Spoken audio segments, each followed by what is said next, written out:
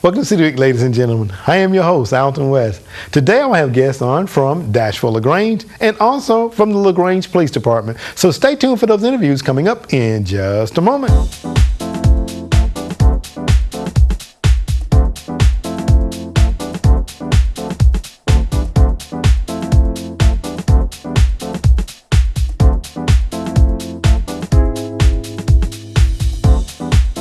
Welcome to City Week, ladies and gentlemen. Today I'm being joined by the staff from Dash for LaGrange, Inc. I am being joined, first of all, to my immediate left here, the Executive Director, Marie McNally, and to my far left, I have Amy Grantham, the Real Estate Development Director. Ladies, welcome to the show.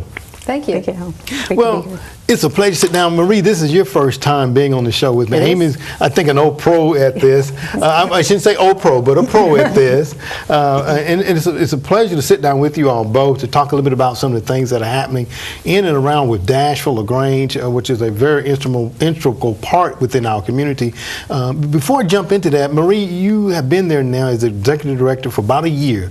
Tell us a little bit about your role and tell us a little bit about the history of you getting here and I think your history of being here in LaGrange and moving away, if you don't mind. I'll be glad to do that. And thank you for having us. It's really exciting to be here and to share a little bit about Dash and what's going on.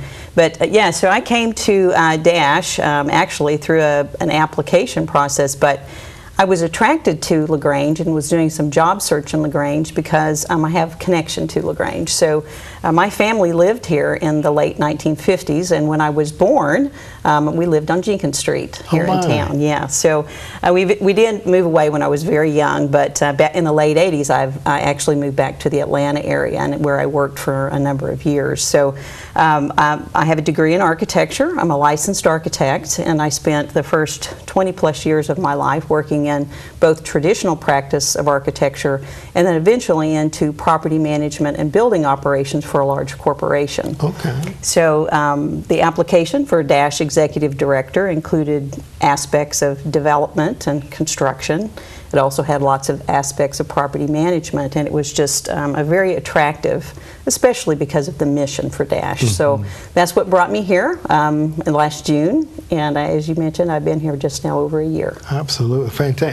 And to have lived on Jenkins Street, and now you're back working in a neighborhood that incorporates some of the housings pretty much similar to like what you grew up in. It's exactly true. Yeah, we lived in one of the mill houses. And like I said, I don't necessarily remember it, but my older siblings talk very fondly about the neighborhood of Hillside and growing up and going to the swimming pool and going to the soda shop and just sort of the community aspects that were present in Hillside back in the late 50s. So I didn't necessarily know to what extent Dash was involved in Hillside until I started work, and then it was really quite a revelation, and I've shared it back with my family, and I think it's a great connection. Absolutely, absolutely. Wonderful story. Thanks for sharing it with us, too.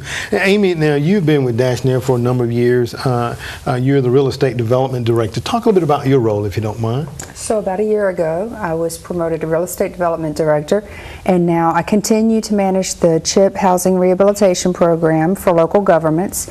I also manage the Low-Income Housing Tax Credit Program, and I'm involved with the development work that we do in the Hillside neighborhood as well. Absolutely. And you mentioned CHIP, and I know some of the viewing audience, we use a lot of acronyms in the nonprofit world. Tell them a little bit about what CHIP stands for and what how it assists families, if you don't mind. Okay, so CHIP is Community Home Investment Partnership Program, and it is a housing rehabilitation program, so it helps low-income homeowners who need some assistance making code-related repair work to their home. It is provided as a loan that you do not have to pay back as long as you continue to live in the home for a specific number of years. Okay, and the key word there, homeowners. Yes. They have to be a homeowner, right? Absolutely. Wonderful program.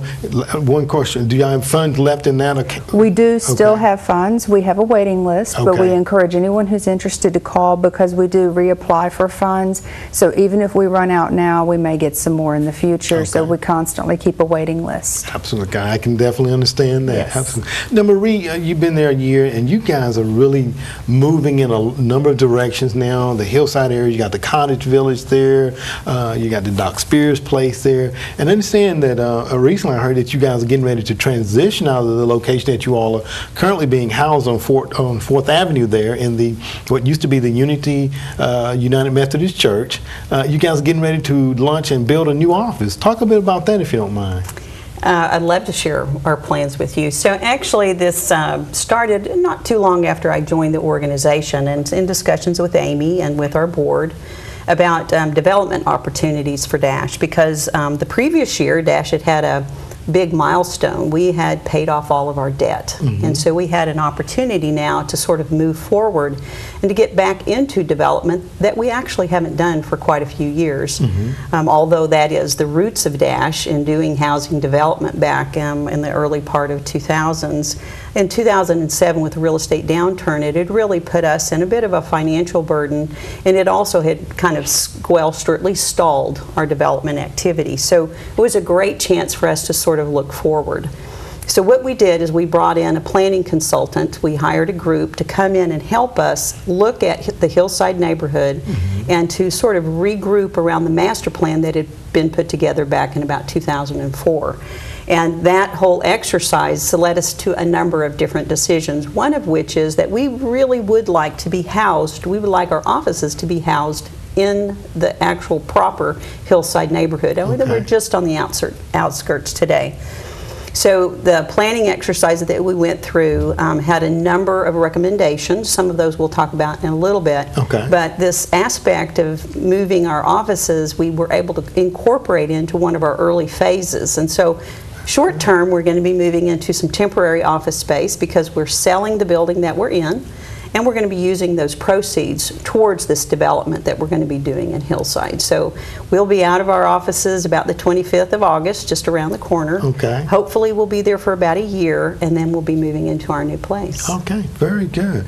And you know, we have some maps down front here that the viewing audience can see, and some of the redevelopment, not only with your new office, but getting back into that role of as a developer, as a developer.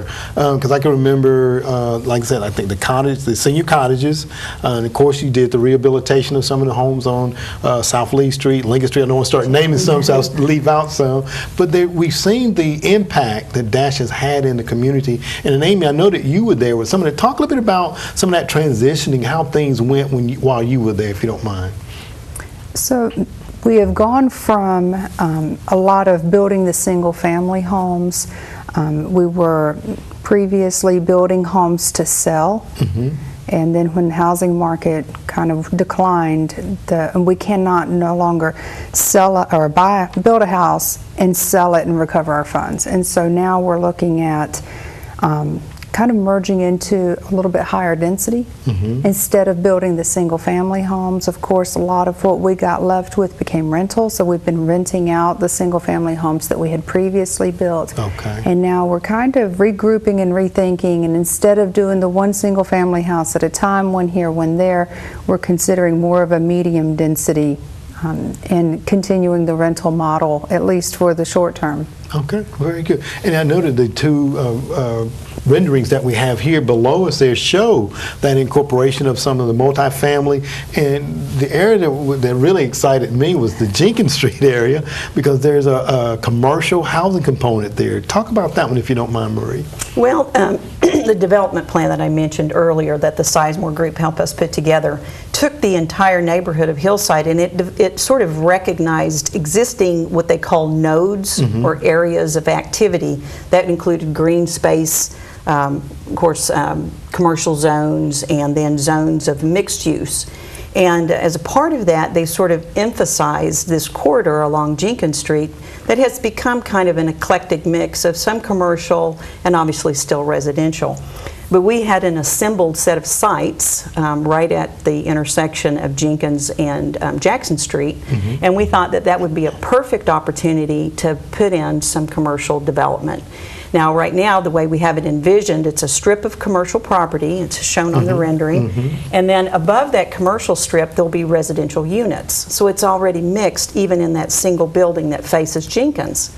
But on the back side of the property, in some quad units, those will actually be marketed for seniors. And so it won't be limited to senior occupants, but we, again, it sort of came out of the development plan, is that senior housing is very needed in LaGrange, and also senior housing that's more at a moderate income level as opposed to some really nice options at a higher income level. We hope that this will help supplement some senior housing, and so that's what that corner is all about. Very good. You know, when you guys presented it, and of course it had to go to the Board of Planning and Zoning, you guys got your first reading, I think it was, second reading that's coming up, Yes. To rezone some properties there.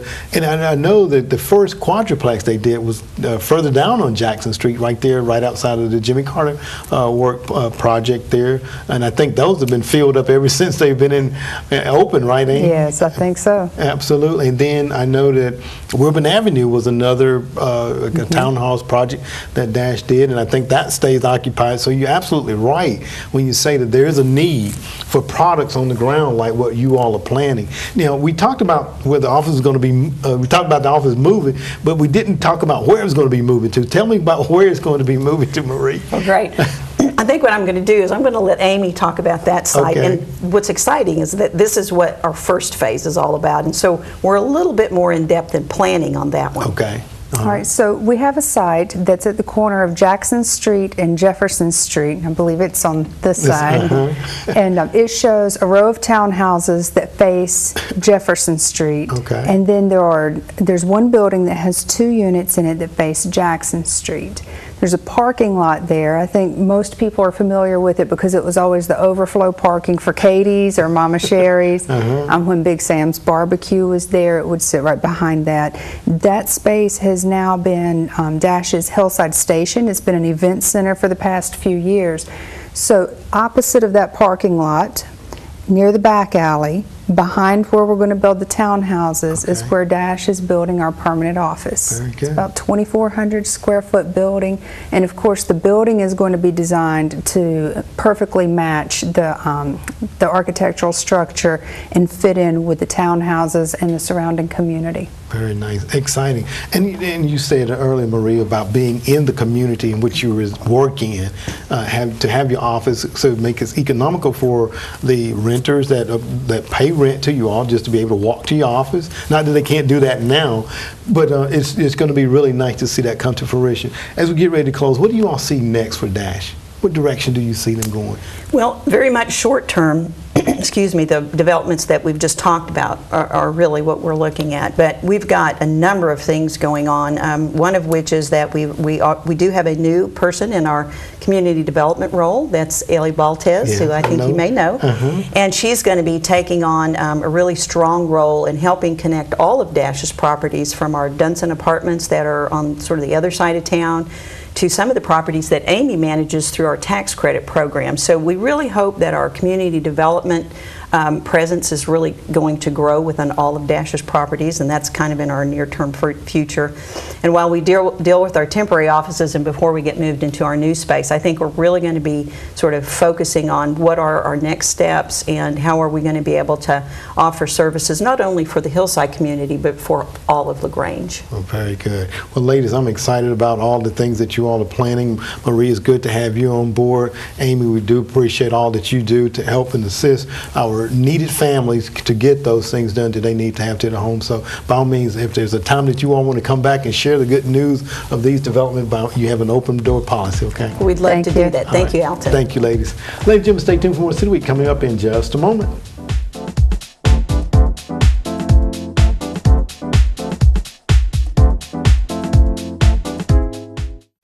The intersection of Broad Street and Country Club Road will be getting a facelift. The intersection will become a roundabout. This will be the first in Troup County. We're here in Newnan, Georgia on Lower Fayetteville Road to give an example of how a roundabout is utilized. A roundabout gives motorists a safe, clog-free drive through an intersection to allow the flow of traffic to continue moving through the intersection with no stopping, and it's safer too. Instead of stop signs or traffic signals, a roundabout is a one-way circle with yield signs at each entry point. An entry point is where each driver will yield onto a roundabout which allows flowing traffic with little to no stopping. This makes it easier to navigate through the intersection and, more importantly, safer than more traditional traffic stop intersections. According to the Georgia Department of Transportation, the roundabout is defined as a type of circular intersection defined by the basic operational principles of entering traffic yielding to vehicles on the circular roadway. Yeah, this is Sergeant Dale Armstrong with the LaGrange Police Department. I'm staying outside the new roundabout at Broad Street Country Club, LaGrange College. I want to remind you of some traffic rules relating to roundabouts. The first one is when you're entering the roundabout, yield to other vehicles that are already in the roundabout. And the second is to, as you exit, to signal your intent to let folks know what you're doing. According to the Insurance Institution of Highway Safety, roundabouts reduce collisions of all types by 36%, injuries by 76%, fatalities by 89%. Pedestrians are 50% less likely to get hit at a roundabout intersection. As we get ready to open our community's first roundabout, we want to remind our drivers to slow down and be safe.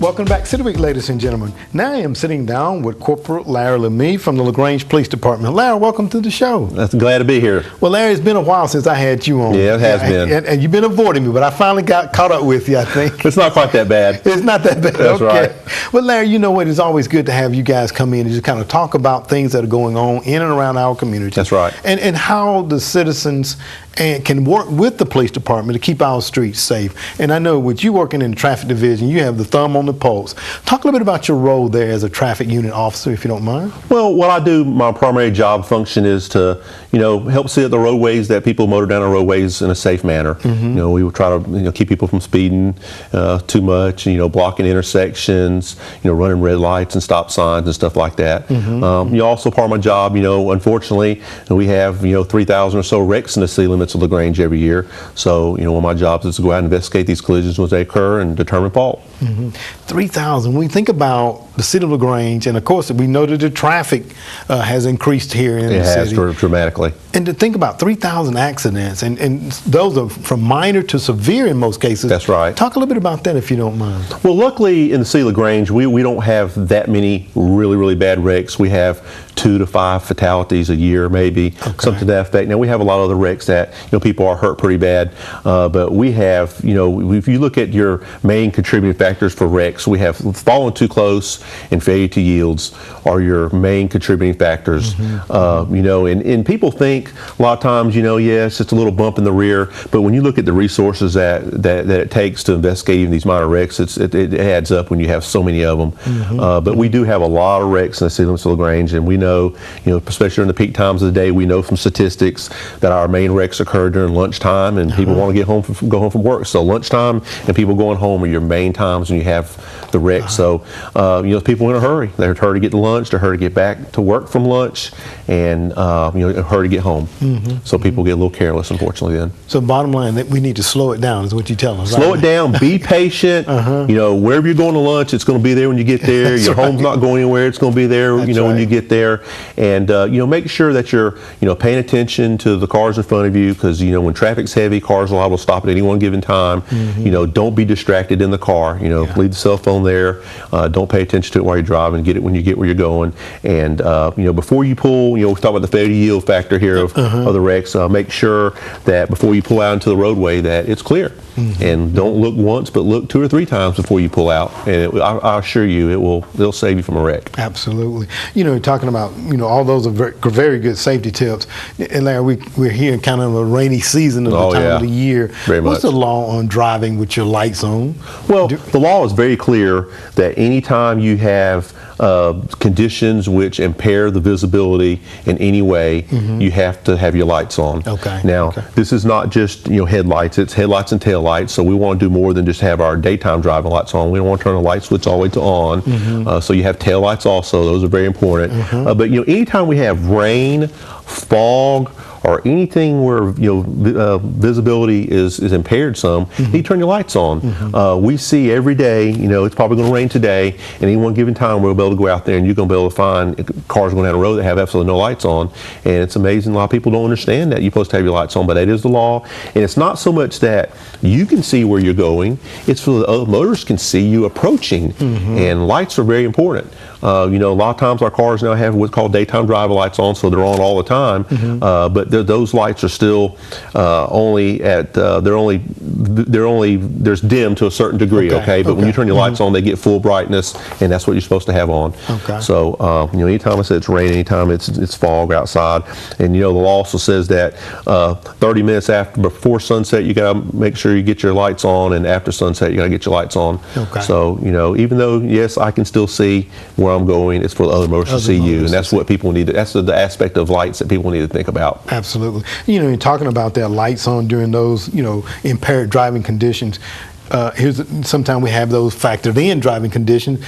School started back last week, right? So we now have more school buses, or the school buses out on. Talk about the law as it relates to drivers and school buses. We need to always make sure we have the law that says you must yield to school buses. Okay, obviously anytime school buses are picking up or dropping off somebody on a roadway that does not have a center divided median in it, drivers must stop going both directions. So when you see the yellow lights come on the bus, and obviously the yellow lights normally come on for some period of time before the red lights do, as soon as any of those lights come on, whether the yellow or red, you need to go ahead and make sure you prepare to stop before you get to the school bus. Not at the school bus, not past the school bus, but before you get to the school bus, because you never know when kids are going to be getting off the bus and going across the street, or kids will be coming from across the street to go to the school bus. So it's very important to leave that room so these kids can safely get back and forth across the roadway. Absolutely. And it is a pretty hefty fine to be cited for failure to yield to the school bus. Most of the school buses nowadays have cameras on the sides of the school buses, and they're taking pictures, constantly videoing. And if you violate, you can be cited after the fact. Days later, you can still be cited for passing that school bus improperly. Absolutely. But the thing for me is, who would in their right mind want to pass a school bus and then have that on their mind if they struck a child? Unfortunately, you know what I'm saying? It's a very tragic thing, because it does happen. You need to always keep in mind, what if that's your kids that are getting on off that school bus? You don't want cars, just blowing by these kids at a high rate of speed when the vehicle should have stopped. I mean, it's clear that the law's there. It's there for the kids' safety. And it's a brief time, very brief time, that you have to stop and wait, and we should never be in such a hurry that we can't afford that moment to stop and wait. That's right. For the safety of the kids or whoever else it may be. Absolutely. Also need to keep in mind, crosswalks. If kids, school times will be more so than others, but whenever somebody's in the crosswalk, the pedestrian has the right of way in a crosswalk. So keep that in mind also when you're approaching these crosswalks. If somebody's in the middle of the crosswalk, slow down, stop, whatever it takes. Let them get safely across the roadway. Absolutely. Somebody saying that, I know so many times I get in the crosswalk down by City Hall there, and people are always looking to the left. They never look right, and they pull right up over and you standing there, and sometimes it's almost like trying to play chicken. Okay, who's going to go first? The car or me? So it is so important, though, once again, that we yield to the pedestrians. Right. And I would say, though, as a pedestrian also, if I see a car coming, even though maybe you do have the right of way, keep in mind, you just wait a moment, let the car go by, so it's safer for the pedestrian also. So it does go both ways. Even though the law is in favor of the pedestrian, the pedestrian should also keep that in mind to yield to the cars. That's right. And talking about yielding and pedestrians and laws and things of that nature, Larry, so many times we see emergency vehicles. We do. They may have pulled over, there may have been an accident. There's also a Georgia law that says move over. That's right. Explain that to the viewing audience, and where and when does that apply? All right, Georgia move over law is very specific. It's aimed at the safety of law enforcement, fire, EMS, our record drivers and vehicles that pull onto the side of the roadway. And the purpose of it is every year I mean, there's already been multiples of them over this year, but every year, these group of people who work on the sides of our interstates and public streets and roadways get hit by passing vehicles. So the purpose of the law is A, the law says that when you see you're approaching a vehicle, again, fire, EMS, police, wrecker, you're A, supposed to slow down below the supposed speed limit. It doesn't say an exact speed, but you're supposed to slow down below the speed limit. If there's an available lane that you can move over to the left and move away from that, you're supposed to take that available lane also before you pass these vehicles. Okay. So you need to also be looking up the roadway, be looking for this, look in your mirror. If there's a lane there, move over into that lane, go by.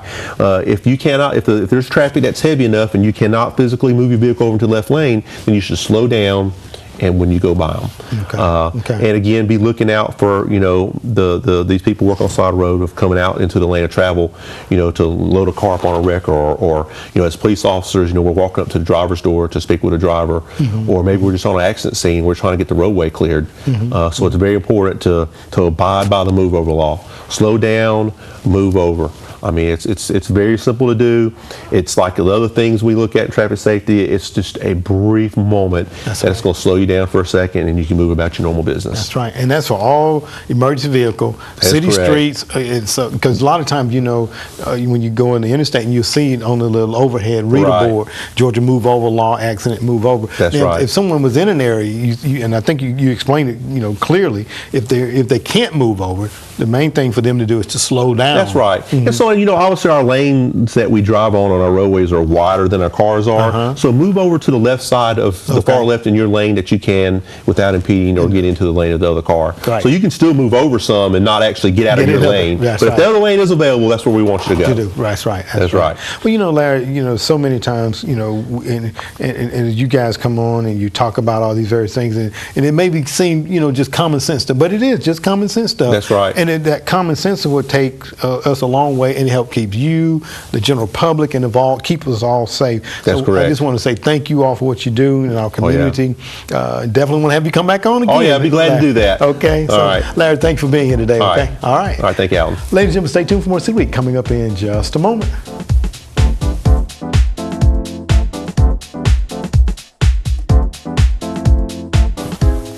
Ladies and gentlemen, thank you for joining us City Week this week. My guests have been from Dash for LaGrange, Inc. I had on the Executive Director, Marie McNally, and also the Real Estate Development Director, Amy Grantham, as they talked about some upcoming development in their area and also their move that will be taking place very shortly. So, ladies and gentlemen, if you have a need for some of the service of Dash, go by and give them a call, or give them a call. I'm sure they'll be more than happy to assist you.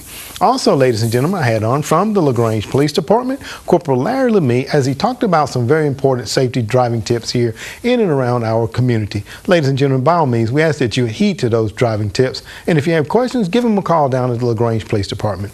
Ladies and gentlemen, I hope that you've enjoyed those interviews. And as always, I want to invite you back for more of City Week.